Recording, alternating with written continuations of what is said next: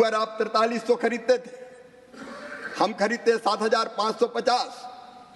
उड़द आप 4300 खरीदते थे, हम खरीदते 7400। एक एक फसल के रेट।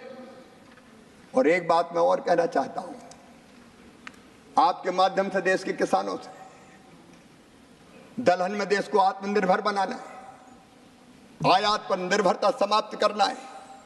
और इसलिए सरकार ने फैसला किया कि अरहर हो, मसूर हो, उड़द हो, जितनी किसान पैदा करेंगे पोर्टल पर रजिस्ट्रेशन करवाए, पूरी की पूरी खरीदी जाएगी। एमएसपी पे पूरी की पूरी खरीदी। कल बात कही जा रही थी विद्वान मित्र सुरजेवाला जी, वो नहीं है माननीय सभापति जी, मेरा तो सब्जेक्ट ही खत्म हो गया, बोल के चले जाते हैं। वो कह रहे थे कि पैदा इतना हुआ खरीदी इतनी, पैदा इतना हुआ खरीदी इतनी। एमएसपी काय के लिए होती सभापति जी? अगर किसान को एमएसपी के नीचे दाम मिले तो वो एमएसपी पे बेचेगा, अगर फसल के ठीक दाम मिले तो एमएसपी पे बेचने नहीं आएगा। अब जानते हैं माननीय सभापति महोदय, मध्य प्रदेश में सरबती गेहूं पैदा होता है। सरबती गेहूं के रेट है 4000 5000 रुपया क्विंटल। क्या वो भी एमएसपी पे बिकवाना चाहते हैं? हरियाणा में, पंजाब में, मध्य प्रदेश में बासमती राइस होता है, अच्छे दाम मिलते हैं। कनाडा, अमेरिका, आज भारत का बासमती राइस धूम मचा रहा है। 40,000 करोड़ रुपए का हमने निर्यात किया माननीय सभापति। अच्छे दाम मिलेंगे तो जबरन बेचने आए, तुम तो एमएसपी पे ही खरीदो। दालों के कई बार अच्छे दाम मिलते हैं, और जब अच्छे दाम मिलेंगे तो एमएसपी पे खरीद कैसे होगी? और सब किसान पूरा बेचते नहीं है। अब उनको पता ही नहीं है कि अपने खाने के लिए भी रखते हैं। गांव में कई बार परंपरा है कि किसान कृषि मजदूरों को पैसे नहीं देते, अनाज ही देते हैं। अब उन्हें आंकड़े पढ़ दिए, अब मुझे पता नहीं खेती से मतलब है कि नहीं है। माननीय मंत्री जी, सभी को यह जानने की बहुत आवश्यकता है। अक्सर हम मुद्दा उठाते हैं कि एमएसपी पर कितना खरीद हो रहा है। एमएसपी पर कम खरीद का मतलब किसान की स्थिति ठीक है और उसको कीमत कहीं और मिल रही है। तो आज के दिन सदन की आज के दिन मेरी बात सुनिए, आज के दिन आवश्यकता है कि हम किसान की समस्या को सही दृष्टि में समझें। किसान एमएसपी का फायदा उठाना चाहता है जब वो जानता है कि मैं मार्केट में जाता हूं तो मुझे वो कीमत नहीं मिल रही है। तो ये जो आर्ग्यूमेंट हुआ, मुझे भी बड़ी आहत हुआ इस बात को लेकर, और तब मुझे व्यवस्था में कहना पड़ा कि किसान का क्या समझने की आवश्यकता है। एमएसपी का मतलब किसान के पास मार्केट में कीमत उपलब्ध नहीं है, इसलिए व्यवस्था में किसान को एमएसपी पर बेचना पड़ेगा। अच्छी व्यवस्था यह है कि किसान को वाजिब दाम मार्केट के हिसाब से मिले, और मार्केट जब उसको सपोर्ट नहीं करता है तो एमएसपी आती है। तो एमएसपी में खरीद कम होती है, इसका संकेत है कि किसान की हालत ठीक है। पर एमएसपी का निर्धारण एक लगातार ऊपर चढ़ना चाहिए, और उसकी ओर आप कार्यरत रहेंगे, मैं मानकर चलता हूं। वो बढ़ना चाहिए, क्योंकि आप एमएसपी तय करेंगे तो मार्केट फोर्सेस भी कंट्रोल होंगी। धन्यवाद माननीय सभापति जी। सरकार इस पर निरंतर ध्यान रख के काम करेगी, क्योंकि किसान हमारे लिए केवल इंसान नहीं है, अन्नदाता मतलब जीवन दाता। भारतीय अर्थव्यवस्था की कृषि रीढ़ है और किसान उसके प्राण हैं। हमारे लिए माननीय सभापति जी किसान वोट बैंक नहीं है, हमारे लिए तो किसान भगवान है। किसान की सेवा हमारे लिए भगवान की पूजा है, और वो मानकर ही हम आगे व्यवहार करेंगे। लेकिन बावजूद इसके माननीय सभापति महोदय, धान की खरीदी हो या गेहूं की खरीद हो, जब जब आवश्यकता हुई सरकार ने पर्याप्त तो खरीदी है। धान की खरीद हमारे 15-16 से लेके 23-24 तक, ये 15-16 में 78 लाख 31 हजार किसानों से हुई थी। मेरे पास आंकड़े हैं, मैं एक एक आंकड़ा रख सकता हूं। तत्कालीन सरकार से जब जरूरत पड़ी, कई गुना ज्यादा अगर खरीद की तो मोदी जी की सरकार ने की, भारतीय जनता पार्टी की सरकार ने की। मैं एक एक आंकड़े नहीं रखना चाहता, सदन का समय नहीं लेना चाहता, लेकिन माननीय सभापति जी, अगर आप देखेंगे, आप तो खरीदते ही नहीं थे। दलहन 2004-05 से 13-14 तक कितना खरीदा गया? दलहन खरीदा गया केवल 6,29,000 मीट्रिक टन। लेकिन यह सरकार है जिसने 14-15 से 23-24 तक 1,70,00,000 मीट्रिक टन दलहन खरीदा। जब किसान को जरूरत पड़ी, हम पीछे नहीं हटे। हम ना तो पीछे हटे और ना किसान कल्याण में पीछे हटेंगे। माननीय सभापति जी, आज मैं आपके माध्यम से आश्वस्त करना चाहता हूं, ये सरकार किसानों को निरंतर समर्थन देना जारी रखेगी, मूल्य ठीक मिले, इसके लिए मोदी सरकार प्रतिबद्ध है, संकल्पबद्ध है। माननीय सभापति जी, क्रेडिट की, कर्ज की बात हो रही थी। मैं अभी बात कर रहा था प्रारंभ में, सकनी, चौपड़, ठगी, ये कर्ज की बात करते हैं अपने घोषणा पत्रों में, केंद्र के और राज्य के। एक बार नहीं, अनेकों बार का। जैसे ही हम सरकार में आएंगे, सारे कर्जे माफ कर दिए जाएंगे। मध्य प्रदेश, छत्तीसगढ़, राजस्थान, इनके नेता गए थे, सभाओं में गिनती गिनते थे, 2 लाख तक के कर्जे माफ 10 दिन के अंदर, और बोलते थे 1, 2, 3, 4, 5, 6, 7, 8, 9, 10 दिन में कर्जा माफ, नहीं तो 11वें दिन मुख्यमंत्री हटा दिया जाएगा। लोगों ने एक बार जिता दिया 18 में, इंतजार करते रहे, 10 दिन हो गए, 1 महीना हो गया, 1 साल हो गया, कर्जा माफ नहीं हुआ। तो 1.25 साल में फिर से कांग्रेस की सरकार ही चली गई मध्य प्रदेश में, और दोबारा माननीय सभापति महोदय, दोबारा सरकारें वहां लौट के नहीं आई, क्योंकि ये छल और फरेब और ठगी अगर करती है किसान के साथ, तो कांग्रेस करती है, कांग्रेस करती है। ये तीन शब्द डिलीट होंगे। मैं क्षमा चाहता हूं माननीय सभापति जी। क्रेडिट और कर्जा माफी,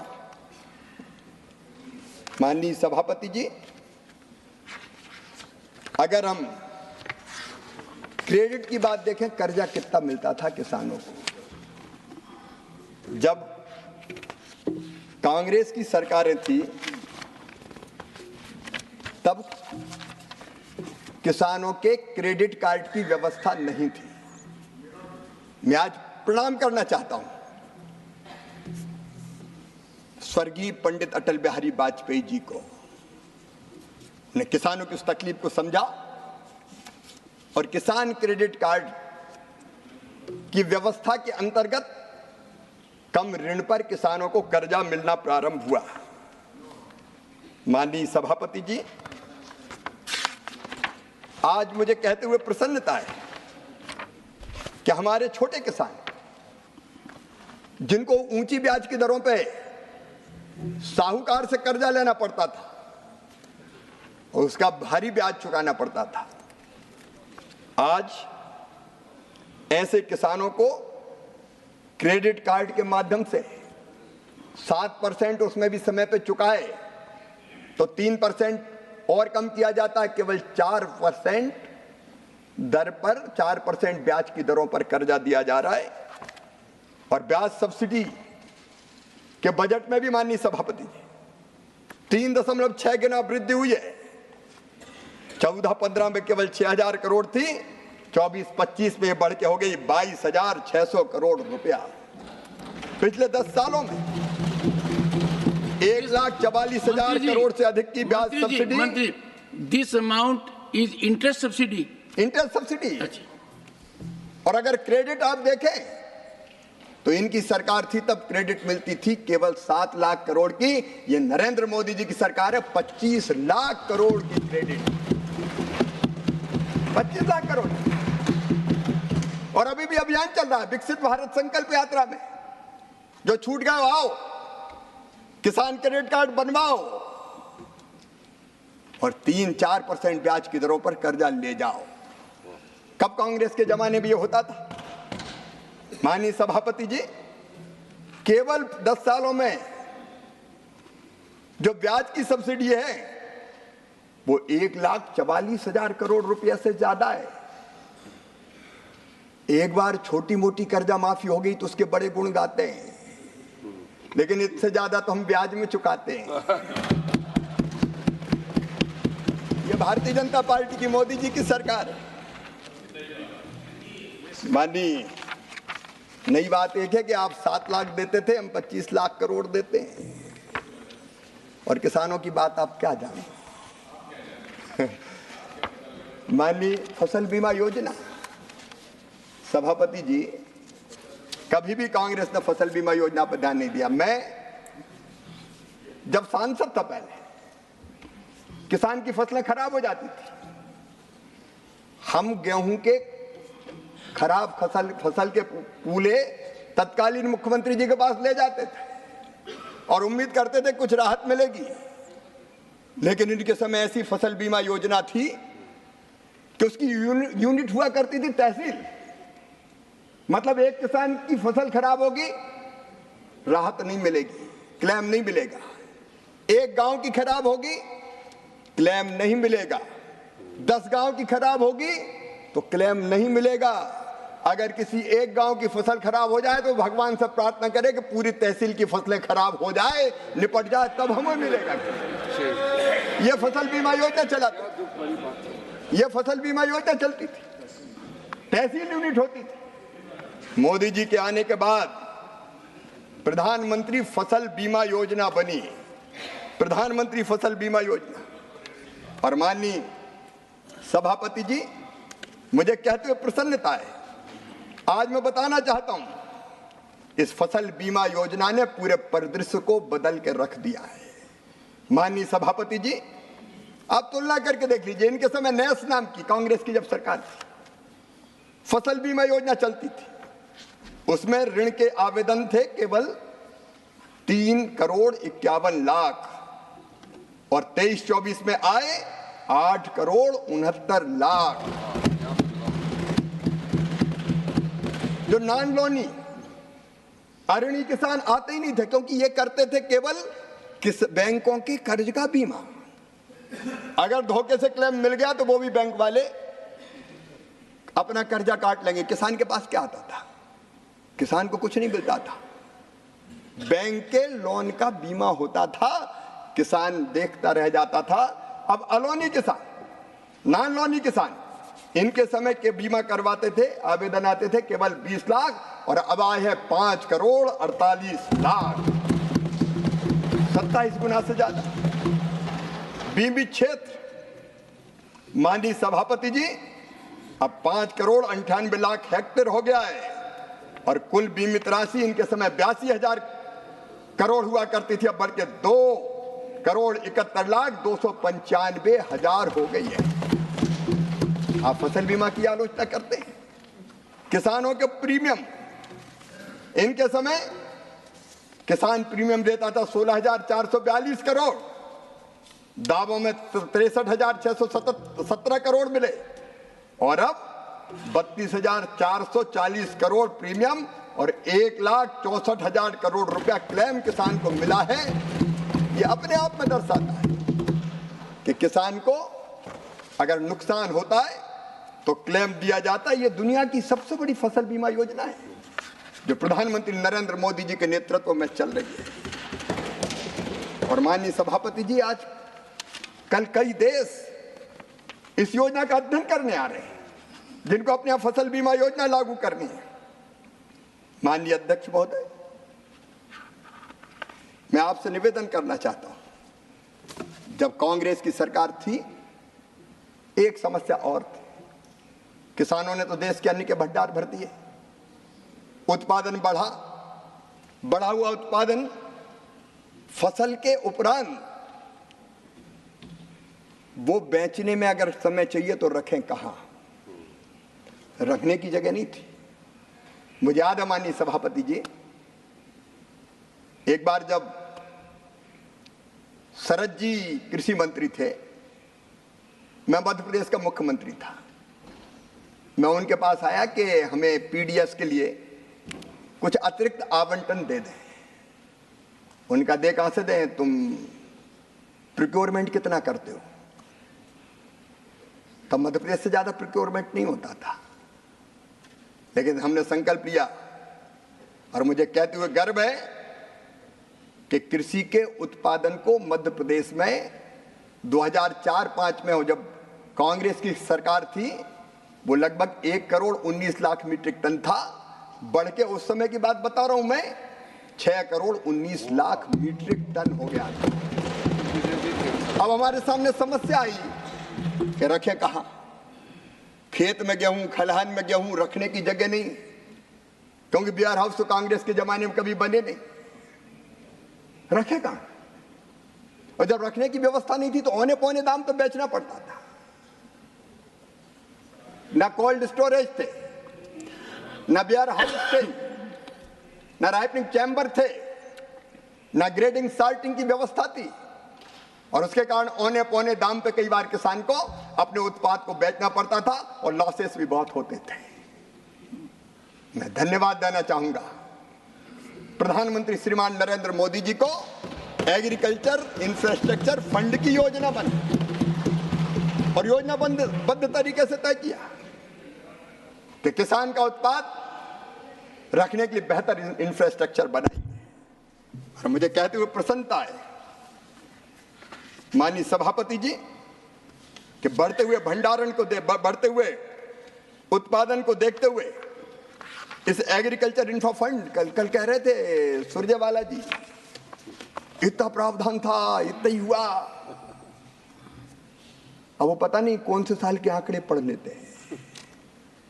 मुझे कहते हुए प्रसन्नता है, 2020 में प्रधानमंत्री जी ने 1 लाख करोड़ रुपए के एग्री इंफ्रा फंड की घोषणा की थी और 26 जुलाई 2024 तक मैं जानकारी अपडेट करना चाहता हूं, 72,222 कृषि इंफ्रास्ट्रक्चर परियोजनाओं के लिए 46,080 करोड़ रुपया स्वीकृत हो गए। और इसमें निजी निवेश मिला के, क्योंकि जिसने बनाया उसने खुद का भी लगाया, 76,305 करोड़ रुपए का इन्वेस्टमेंट हो चुका है। 13,569 वेयर हाउस, 13,469 गोदाम, 15,443 प्राथमिक प्रसंस्करण केंद्र, 17,899 कस्टम हायरिंग केंद्र, 3,021 छटाई और ग्रेडिंग इकाइयां, 1,892 कोल्ड स्टोर, कोल्ड चेन और 20,338 अन्य प्रकार की फसलोपरांत प्रबंधन परियोजनाएं और सामुदायिक कृषि परिसंपत्तियां बनी हैं। ये भी किया तो श्रीमान नरेंद्र मोदी जी की सरकार ने किया, भारतीय जनता पार्टी की सरकार ने किया। माननीय सभापति जी, किसान को ठीक दाम मिले, इसके लिए नवाचारों की भी जरूरत थी और इसलिए प्रधानमंत्री जी के नेतृत्व में राष्ट्रीय कृषि मंडी इनाम, इस व्यवस्था को बनाया गया। एक Akhil Bharatiya electronic trading portal है ये इनाम, जो एग्रीकल्चर जिन्स के लिए पंजीकृत राष्ट्रीय बाजार के लिए एक वर्चुअल प्लेटफॉर्म के माध्यम से रियल एपीएमसी के नेटवर्क को तैयार करने का प्रयास करता है। 23 राज्यों, बताते हुए प्रसन्नता है, 23 राज्यों और 4 केंद्रों में 1389 मंडियों को इनाम जारी किया गया है। 28 जुलाई 2024 तक इनाम पोर्टल पर 1,77,00,000 किसान और 2,65,000 व्यापारी पंजीकृत हो गए। इनाम प्लेटफॉर्म पर कुल 10,03,000 टन 10,03,000 टन अनाज और इसके अलावा बांस, पान, नारियल, नींबू, मिठाई सामूहिक रूप से लगभग 3.63 लाख करोड़ रुपए का व्यापार दर्ज किया गया है। अगर दूसरी मंडी में कहीं अच्छे दाम मिल रहे हैं तो किसान के पास कोई व्यवस्था नहीं थी कि वो बेहतर दाम पर बेच सके। इनाम के कारण अब ये धीरे धीरे संभव हो चला है और इससे किसान को बहुत लाभ हुआ है। माननीय सभापति जी, हम जानते हैं कि हमारे यहाँ खेत की जोत का आकार छोटा है। 85% किसान हमारे लघु हैं, सीमांत हैं। उनके पास खेती में लगाने को ज्यादा पैसा नहीं होता। अगर खाद खरीदना, बीज खरीदना इंडिविजुअल जाता है तो ज्यादा समय लगता है, पैसा लगता है। अगर उत्पादन हो गया, अकेले को बेचना उतना हुआ ही नहीं तो ट्रांसपोर्टेशन में खर्चा लग जाता है। और इसलिए जरूरत थी कि कोई ऐसी व्यवस्था बनाई जाए जहां छोटे छोटे किसान एक होके अपना समूह बनाएं, सामूहिक रूप से आदान खरीदें, अपने उत्पादन को सामूहिक रूप से बेचें और अगर जरूरत पड़े तो